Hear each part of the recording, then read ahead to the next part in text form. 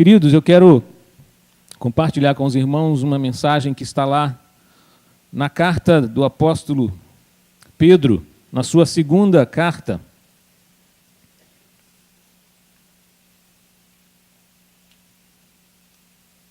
Segunda Pedro, capítulo 5.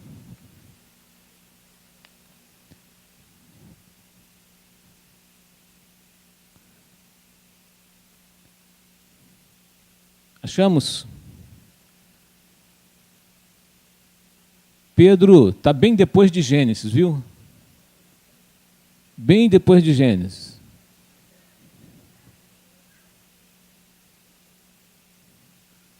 E aí, quando você chegar quase perto de Apocalipse, você já está perto de Pedro. Tá certo? Oh, 1 Pedro, perdão. Se você também achasse capítulo 5, 2 Pedro, essa Bíblia não é do Senhor.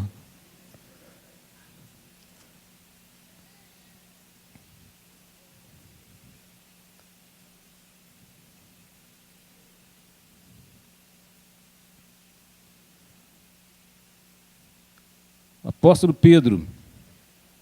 Pedro escreve essa carta, essa é uma epístola chamada, uma das epístolas universal, né? Ela não é dirigida especificamente a alguém ou uma igreja, mas Pedro escreve, né, a cristãos daquele lugar, e o objetivo de Pedro, inspirado pelo Espírito Santo de Deus, é fazer com que essa carta possa instruir, orientar, motivar, né, e encorajar a cristãos que estão vivendo naquela região, estão vivendo naquele tempo, em um ambiente que não é propício à fé cristã. Cristãos que estão ali passando por uma série de situações que os impede ou os dificulta a vida cristã, a vida de fé, né? E o objetivo, então, é fazer com que eles encontrem um incentivo, uma motivação para permanecerem nos caminhos do Senhor. Né? E quantas vezes nós somos desafiados e quantas coisas surgem para balançar a nossa vida nos caminhos do Senhor. Quantas coisas surgem para nos desviar, quantas coisas aparecem para nos tentar atirar do caminho do Senhor. Então, leiamos aqui 1 Pedro, capítulo 5, 2 versículos apenas, os versículos 6 e 7. Tivemos essa oração agora, o que agradou meu coração, porque é o Senhor que está dirigindo todo esse momento. Então, Pedro diz assim no capítulo 5, versículos 6 e 7, portanto, humilhai-vos sob a poderosa mão de Deus, para que Ele, a seu tempo, vos exalte, lançando sobre Ele toda a vossa ansiedade, pois Ele tem cuidado de vós. Amém? Repita isso aqui, querido, mas coloque a primeira pessoa, dizendo você, lançando sobre Ele toda minha ansiedade, pois Ele tem cuidado de... Amém? Ele tem cuidado de você. O Senhor tem cuidado de nós a cada dia. Essa passagem, queridos, é uma passagem muito pertinente para o tempo em que nós vivemos hoje. Eu não sei se você está preocupado demais, eu não sei se você está intranquilo, né? Se você está ansioso. Nós vivemos nesse tempo. Nós vivemos numa sociedade que é uma sociedade dos excessos. Nós estamos no tempo dos excessos. Nunca o ser humano, e ele em qualquer faixa etária, né, tiveram suas mentes tão estressadas, tão agitadas. Na nossa sociedade, onde tudo vai acontecendo muito rápido, num ritmo muito acelerado, num ritmo muito ansioso.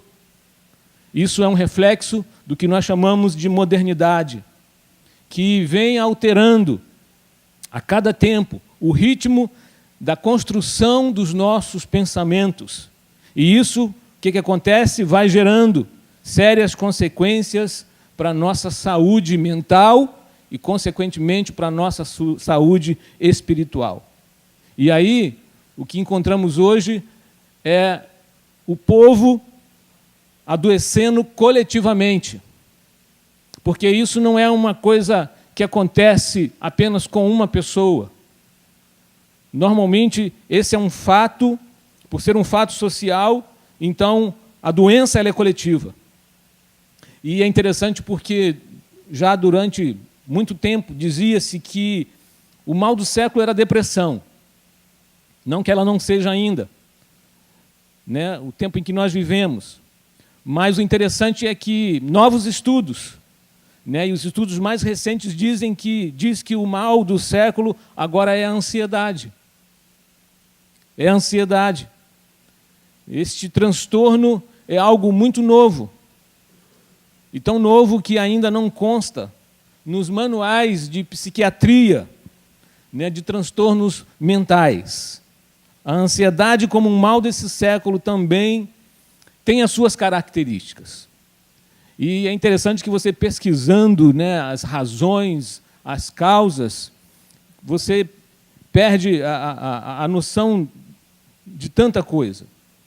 Mas é interessante que existem dois tipos de ansiedade, né, da qual você pode sofrer. Nós podemos encontrar, por exemplo, a ansiedade que é classificada como ansiedade normal. Que ansiedade é essa, pastor? Essa ansiedade, na verdade, é uma ansiedade que está a seu serviço. A sua sobrevivência depende desse tipo de ansiedade, porque ela é natural, porque ela é um potencial, né, das emoções que você tem.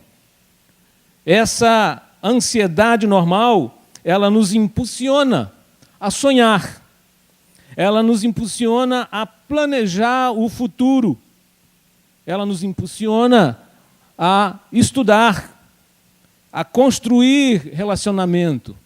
Quando você chega num lugar e você fica na expectativa de quem são as pessoas com quem você vai conhecer, é algo natural, é algo que, na verdade, precisa acontecer. Pessoas que vão construindo relacionamento, namoro, casamento, família. Ela é uma antecipação otimista. Otimista para o amanhã. E aí, então, nós somos motivados a agir para construir com essa ansiedade natural. Faz parte da motivação natural com a qual fomos dotados por Deus para pensar no amanhã. Pensar no amanhã. Esta ansiedade, então, ela não é uma ansiedade que é a segunda, que é a doentia. Então, a segunda classificação é a patológica, a doentia, essa ansiedade que se revela por excesso de precaução e preocupação. Você se arma demais, você se precaver demais, você então se preocupa. Excesso começa a corroer a sua mente, corroer a sua alma. Essa ansiedade nos leva a sofrer antecipadamente com situações que não existem, que não acontecem. É uma antecipação pessimista do futuro que você faz. É contra esta ansiedade que eu e você precisamos nos precaver, e é contra essa ansiedade que a Bíblia todo o tempo nos chama a atenção. É essa ansiedade que é pecaminosa. É essa ansiedade que se transforma em pecado na nossa vida. E por isso, então, Jesus fala dela, o apóstolo Paulo fala dela, e Pedro também aqui nos trazendo esse texto, a qual nós usamos para a base dessa mensagem. E a ansiedade tem muitas causas, queridos. Se a gente for relatar aqui, mas uma coisa interessante para a gente pular isso aqui, né? Algumas pesquisas sobre as causas que levam as pessoas a desenvolverem essa ansiedade doentia, e na totalidade dessas razões, as pesquisas demonstram algo muito interessante.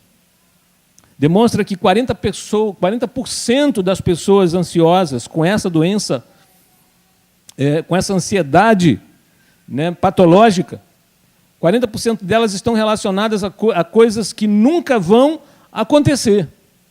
Jamais vai acontecer. Pessoas estão preocupadas com o que na vida dela não vai acontecer. Pessoas que estão sofrendo com o que nunca vai acontecer. Você já imaginou isso? Alguém sofrendo pelo que não existe. Pelo que não vai existir porque só está no limiar daquilo que ela está projetando psiquicamente. 30% dela, outros 30% das coisas que acontecem no passado e não podem ser mudadas. Pessoas que estão sofrendo por questões do passado. Pessoas que estão sofrendo, corroendo-se pela ansiedade, por coisas que elas não podem mais mudar porque já aconteceu. Como é aquele ditado popular do leite que diz o quê? Não adianta chorar pelo leite derramado. Ou seja, tem gente que não só está chorando, como está morrendo por coisas que já passaram. 12% delas estão relacionados com críticas de outras pessoas e a maioria delas inverídicas. Essa semana eu estava vendo uma reportagem, uma entrevista passando sobre um motorista de Uber. Esse motorista, ele postaram, eu não sei quantos viram isso, e foi jogado no WhatsApp, acusando ele de ter abusado, né, de uma mulher. Essa mulher foi levada por algum canto e foi assediada. E isso foi colocado no WhatsApp. E esse motorista, então, começou a entrar em desespero. E ele acabou, por uma decisão coerente, tomou uma posição, foi para a delegacia. Se apresentou, porque isso já estava rodando, e pessoas já aconselhando não, e com foto dele e tudo. E ele foi parar na delegacia e foi feita uma investigação e chegou-se à conclusão de que era mentira. Mas até esse momento, problema de hipertensão, me parece que ele é diabetes, a glicose do homem lá em cima. Mas 8% delas se referem a problemas reais que precisam ser enfrentados. Apenas 8%. 8%. Um outro estudo nos mostra que alguns estudiosos chegaram a essa conclusão, baseado nos seus estudos, que essa síndrome já tenha alcançado 80% da população de todas as idades. Provavelmente cada um de nós aqui temos um amigo que esteja nessa situação, passando por um problema de ansiedade doentia. O que provoca isso, querido, são vários fatores. Não vou entrar no mérito aqui das causas. Os sintomas são vários. Na verdade, ele mexe com todo o seu corpo. Ele mexe com sua cabeça, com sua visão, com seu pensamento, com seu intestino, com seus músculos, com seu batimento cardíaco. Tudo que você possa imaginar. Desde uma simples dor de cabeça até uma sensação de infarto. Desde uma dificuldade na visão, como uma síndrome de pânico. E por aí segue a lista. Eu não sei, conhecendo todas elas, se você se identifica com alguma delas. Às vezes a gente olha as pessoas e tecemos até um um conceito de valor sobre essa pessoa, pensando que essa é a personalidade dela, mas às vezes ela está ansiosa. Às vezes está ansiosa, porque é interessante que nós olhamos que o mau humor é o resultado de ansiedade.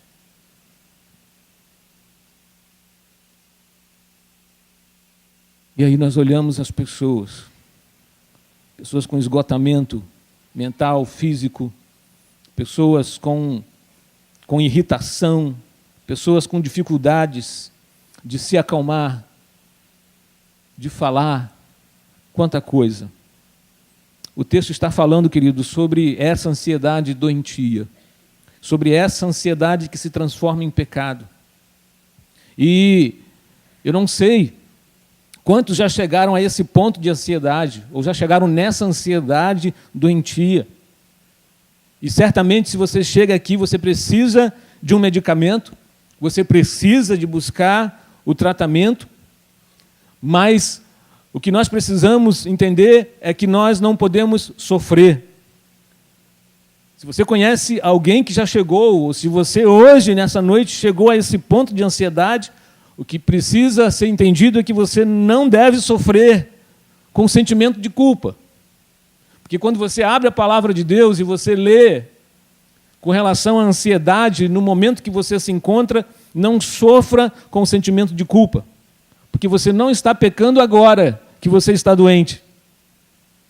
A questão toda é que talvez o processo do pecado tenha começado lá antes, quando não se ouviu a Deus, quando não se buscou a Deus. Então, o pecado está no processo de não termos confiado plenamente no Senhor. Esse é o nosso grande pecado diante das nossas mazelas, diante daquilo que põe em risco a nossa saúde física, psicológica e espiritual. É quando nós não confiamos no Senhor. Quando nós não damos ouvidos ao Senhor. Alguém já disse que a ansiedade, ela é apenas uma pressa, seria pouca coisa, mas é a pressa para terminar alguma coisa que ainda você nem começou. Você tem pressa de terminar o que não se começa. E por conta disso, muitas pessoas, têm a equivocada interpretação de pensar que a ansiedade é o resultado das circunstâncias. Eu estou ruim por causa das coisas que estão à minha volta. Eu estou assim porque as coisas estão difíceis. E aí as pessoas vão criando essa ilusão de que, se mudar as circunstâncias, que aparentemente para elas que são negativas, as coisas vão melhorar. Eu preciso mudar para melhorar.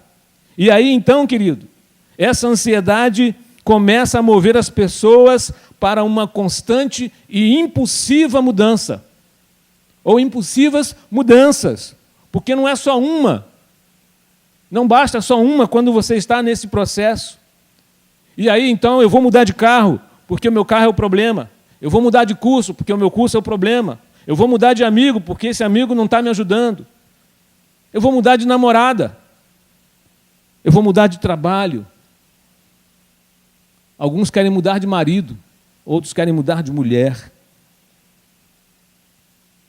Outros querem mudar de casa, querem mudar de estilo. Vai mudando, vai mudando. O problema é que quando se chega a um topo de mudança, percebe-se que nenhuma delas trouxeram resultado para a sua alma, não trouxeram resultado para a sua mente, porque está tudo mudado, está tudo novo, está tudo transformado e às vezes tudo errado, mas o coração, a mente não estão em paz.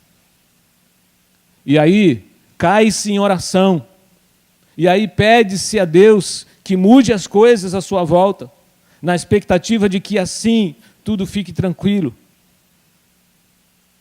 E, na verdade, os nossos joelhos precisam se dobrar para que não se mude as coisas, as circunstâncias, mas para que se mude a nós, para que se mude o nosso pensamento, para que se mude a nossa forma de ver e pensar as coisas.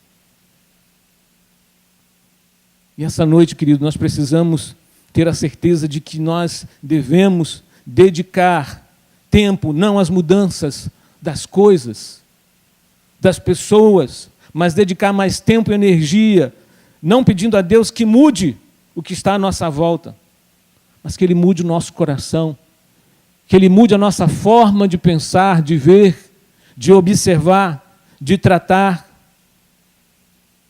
a nossa maneira de encarar a vida. É isso que precisa ser mudado. Como nós estamos fazendo, como nós estamos tratando, o que nós estamos dizendo. Qual é a resposta que Pedro traz para nós nessa noite? O que é que Pedro está dizendo com relação à cura da ansiedade? Repetindo o texto aqui, dos versículos 6 e 7. Portanto, humilhai-vos sob a poderosa mão de Deus, para que Ele a seu tempo vos exalte, lançando sobre Ele toda a vossa ansiedade, pois Ele tem cuidado de vós.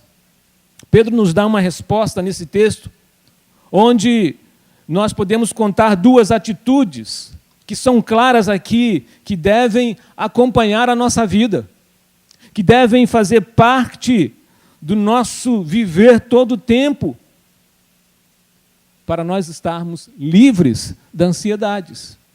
Se não livres, não sermos refém dessa ansiedade.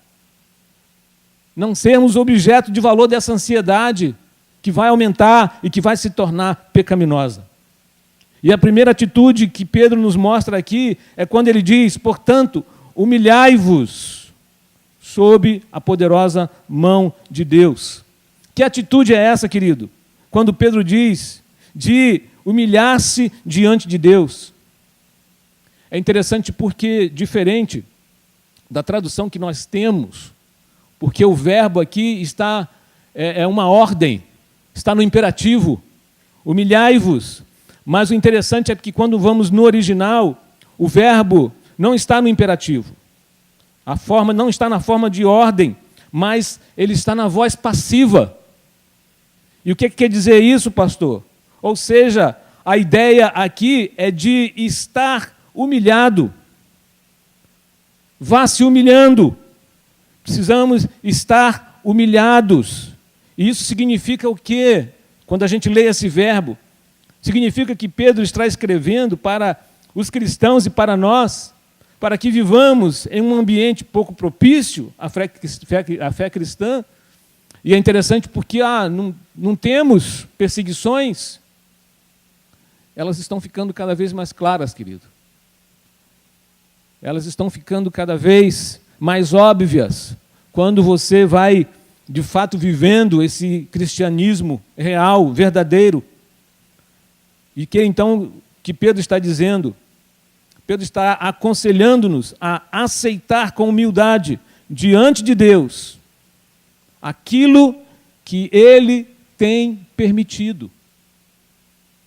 Não é o que Ele tem planejado, mas o que Ele tem permitido que sobrevenha sobre nós, sobre nossa vida. Seja humilhado diante de Deus. Não é aquela ideia da gente se resignar, da gente pensar, né? Eu sou de Deus, eu sou do Senhor, por que isso está acontecendo? Eu sou teu servo, Senhor.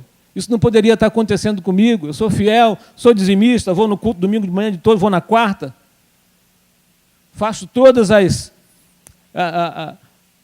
obras, não falto nenhum dia. Isso é uma resignação que nós pensamos e por isso achamos que nada pode vir sobre nossa vida. Achamos que não somos alvos de nada nesse mundo. O problema é que nós estamos nesse mundo. E é um erro nos escondermos ou pensarmos que estamos protegidos de tudo que está acontecendo nesse mundo. E aí você então, por ser um cristão, você então se vale dessa resignação como um cristão, e aí você se sente o coitado, e aí você entende que tem que aceitar tudo que vem, né, que pode vir, porque você não pode reagir. Porque você não pode esboçar reação, e aí então você vai cair de quatro e vai se lamuriar horas e dias, o tempo todo. Não é essa a exortação que Pedro está nos trazendo. Mas o que Pedro está dizendo aqui é: confie. Aprenda a confiar no Senhor nos momentos de pressão, em saber que Deus não perdeu o controle das situações, por mais que elas lhe tirem do controle, mas não tirou a Deus. Deus não perde o controle. Deus não perde você de vista.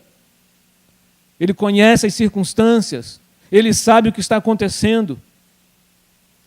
E se Ele tem permitido que você enfrente as dificuldades, que você passe pelas humilhações, pelas traições e pelos problemas de enfermidade, você precisa confiar. Você precisa perseverar. E se Ele tem permitido, você precisa então entender, esse humilhar-se significa aceitar, não passivamente, mas entendendo de que Ele tem o controle. Ele tem o controle. Humilhai-vos sobre a mão de Deus.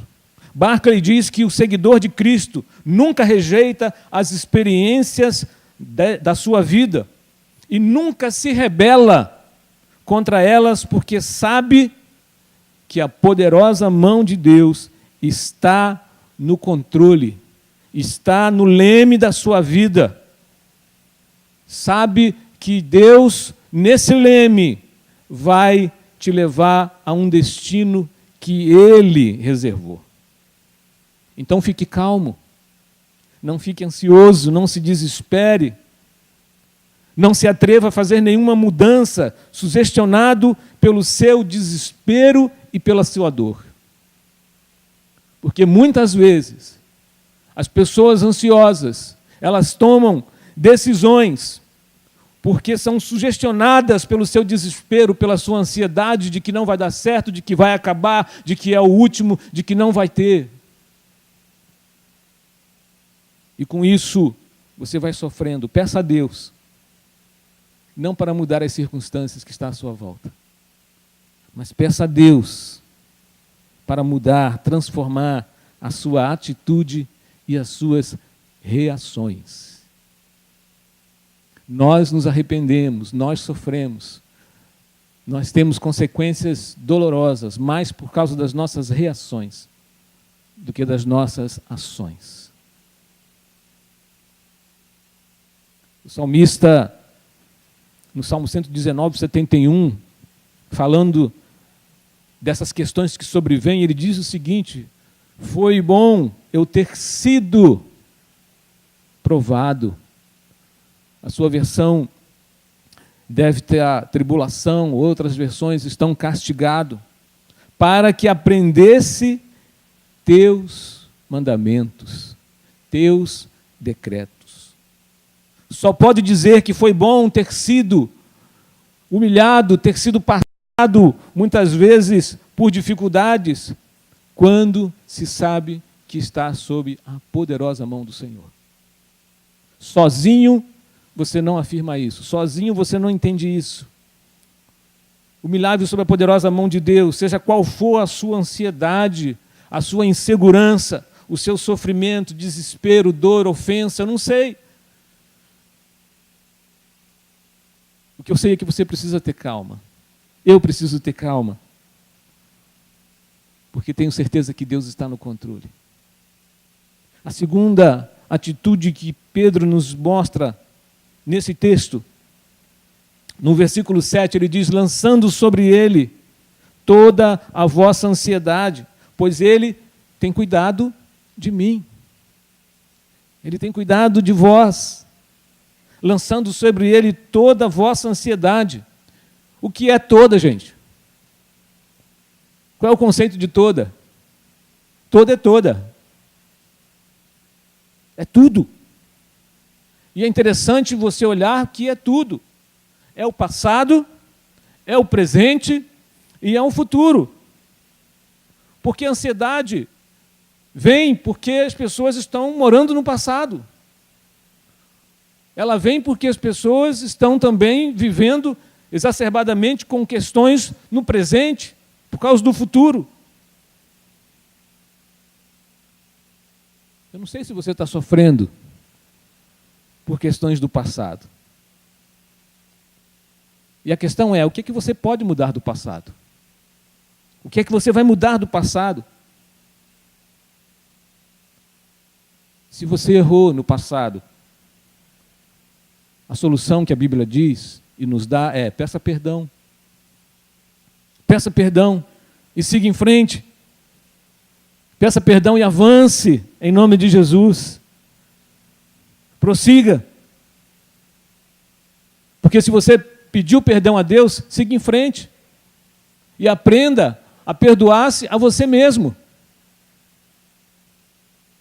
Porque essa é uma questão muito interessante.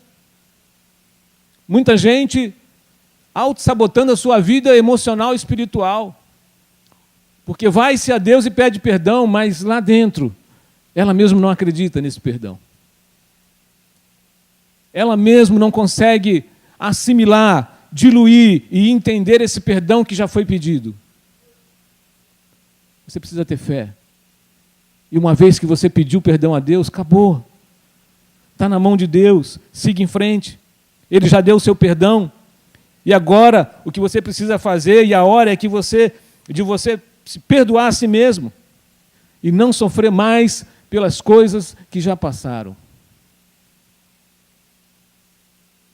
O apóstolo Paulo, aos Filipenses, ele escreve: irmãos, eu não penso que eu mesmo já tenha alcançado, mas eu faço o seguinte: esquecendo-me das coisas que ficaram para trás, avanço para as que estão adiante, prossigo para o alvo, pelo prêmio do chamado celestial de Deus em Cristo Jesus. Avance!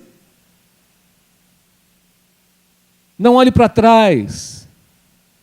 Não se prenda ao passado ou àquilo que chamam de passado.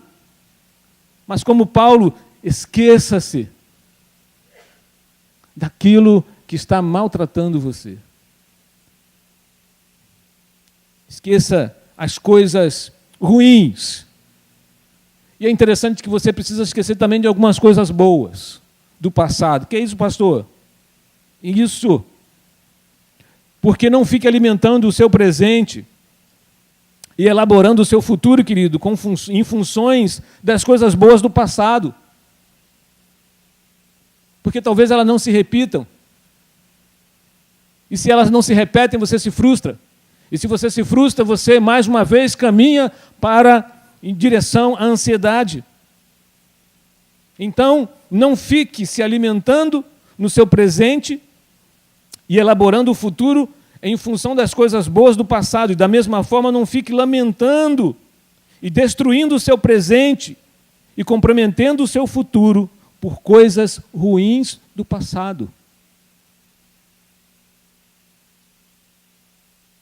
É uma faca de dois gumes. O que passou, passou. O que temos que fazer é lançar tudo sobre Deus. Tudo sobre Deus. E Paulo aprendeu isso quando exorta os filipenses, falando sobre ansiedade. Não estejam ansiosos por coisa alguma.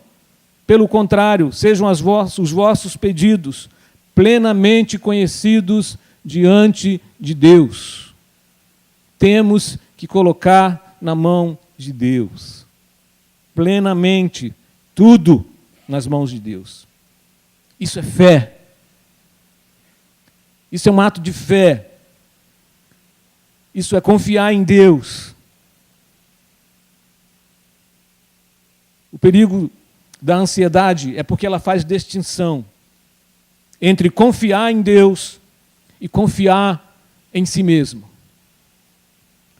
Quando a ansiedade ela surge, ela começa exatamente a distinguir.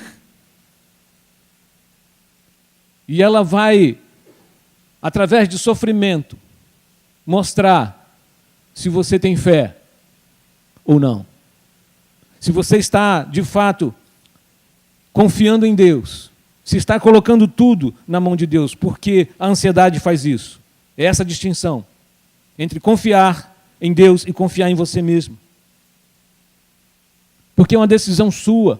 Se você quer continuar fazendo tudo sozinho, se você quer continuar abarcando a sua vida do presente com as coisas do passado e as coisas do futuro, é uma decisão sua.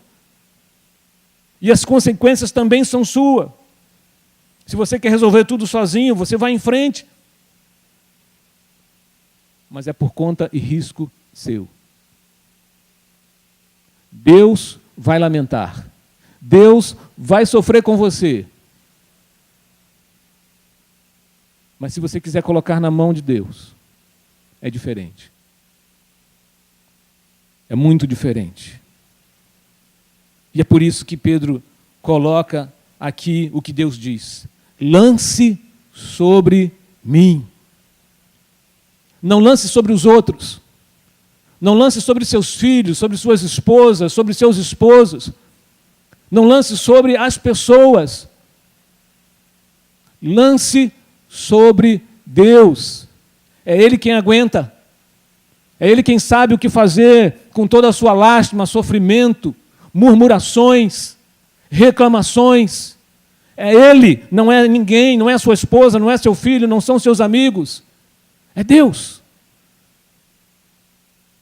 Devemos lançar sobre Deus a nossa ansiedade, não as nossas responsabilidades. Lance sobre Ele a sua ansiedade, não a sua responsabilidade. Você entende isso? Aprenda isso. Porque uma coisa é você estar ansioso e entregar na mão de Deus, e outra coisa é você pegar a sua responsabilidade e fazer uso dela para um bom proveito da sua vida de crente. Uma situação, por exemplo, hoje, muito comum, e infelizmente, muitas pessoas desempregadas. E isso traz ansiedade? Claro. Muita. Vá a Deus. Ajoelhe-se diante de Deus e diga: Senhor, estou desempregado e eu preciso de uma solução. Dá paz ao meu coração. Isso é colocar a ansiedade. Mas qual é a sua responsabilidade? Levante, querido. Siga. Procure emprego. Coloque seus currículos. Entre em contato com as pessoas. Incomode as pessoas. Vá aos lugares. Não tenha medo de trabalhar. Outro dia estava caminhando numa calçada aqui em Madureira e passei por uma barraca de fruta. E era um jovem muito animado, arrumando a barraca de frutas, arrumando os mamões, as frutas. E tinha um outro reclamando. E ele disse assim: cara, toma vergonha, porque trabalho é o que não falta. Tu quer trabalhar, tem trabalho. Não tem emprego.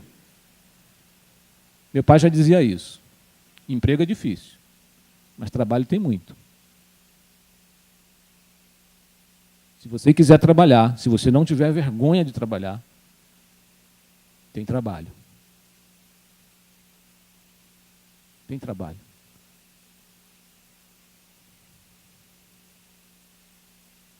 Muitos lançam a sua responsabilidade também a Deus e passam o dia inteiro em casa, orando, no propósito, esperando que chegue uma carta de emprego, chamando para ele, para trabalhar 3 vezes por semana, 15 salários mínimos. Oh, aleluia, eu recebo. Se prepare, querido. Se prepare. Deus abençoa, abençoa. Mas, como disse John Travolta num filme, as oportunidades só aparecem para os preparados.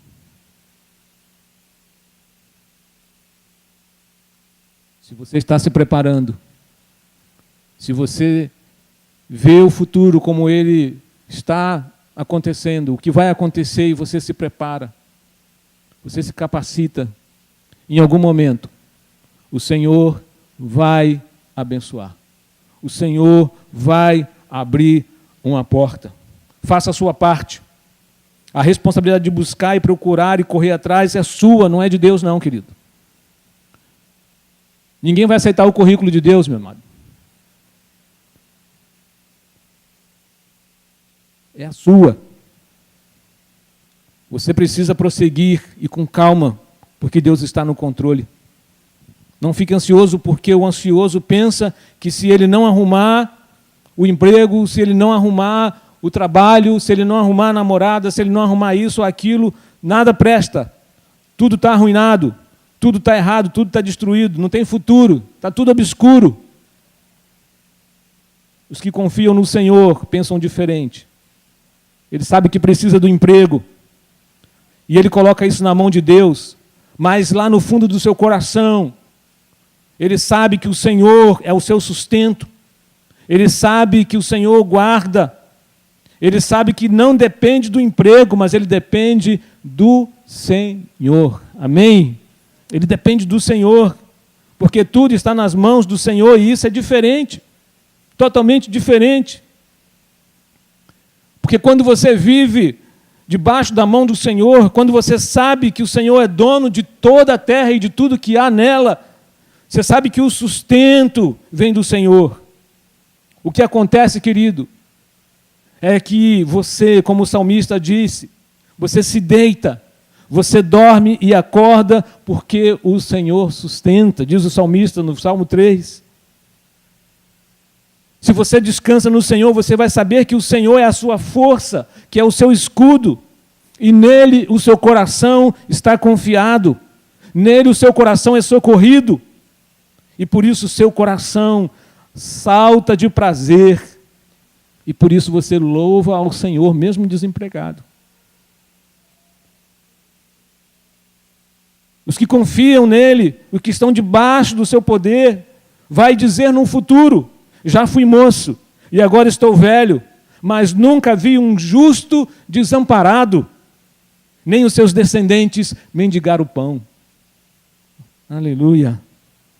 Lance sobre ele toda a sua ansiedade, mas nunca as suas responsabilidades, seja elas quais forem. Você precisa entrar em cena, querido. Você ora, você jejua, mas você tem que entrar em cena. Você tem que fazer a sua parte e deixar Deus fazer a dele, porque você não é Deus. Não importa o que você esteja pedindo, não importa o que você esteja necessitando, mas faça a sua parte. Fique atento. Deus não assume as nossas responsabilidades. Nunca. Ele vai orientar, ele vai dar o perfil, ele vai apresentar os princípios, mas quem escolhe é você. Quem tem que ir é você. Quem tem que fazer é você. Segundo a orientação desse Deus, segundo aquilo que Ele está te mostrando. Deus não fará por você o que você mesmo tem que fazer por você. Salomão escreveu: tudo quanto vier à mão para fazer, faze-o com todas as tuas forças. Você tem que se esforçar. Você tem que se levantar. Então, queridos, calma. Não se preocupe. Está além da nossa capacidade de saber como as coisas vão acontecer. Você não detém o futuro. Você consegue muito mal saber do seu presente. Essa aqui é a verdade. Então você precisa ter calma, porque o próprio Jesus diz: qual de vós, por mais ansioso que esteja, pode acrescentar sequer 1 hora de duração à sua vida? Você não tem controle nem sequer de 1 hora da sua vida. E digo mais, nem de meia hora, nem de 15 minutos. A ansiedade não acrescenta nada, só tira. Tira a sua paz, tira a sua saúde, tira a sua alegria, tira o seu foco, tira a sua fé, tira a sua família. Portanto, humilhe-se sob a potente mão de Deus. Seja humilde. E essa ansiedade vai ser tratada. Eu sei que não é fácil confiar em Deus quando se tem uma situação ou uma circunstância difícil. Uma crise, um problema, algo que se mostra muitas vezes maior do que você, mas não é maior do que o seu Deus. Não é mais poderoso que o seu Deus. Então confie em Deus, que você será exaltado na hora certa. É o que diz Pedro. Confie e você será exaltado na hora certa. Confie, esteja debaixo da poderosa mão dele, porque ele tem cuidado de você. Deus tem cuidado de você. Diga: Deus tem cuidado de mim. Ele tem cuidado de nós. Se você está ansioso, não saia daqui pensando que tudo vai dar errado. Mas humilhe-se sob a poderosa mão de Deus, para que Ele, a seu tempo, vos exalte. Mas você precisa lançar sobre Ele toda a sua ansiedade, porque Ele vai cuidar de você. Amém?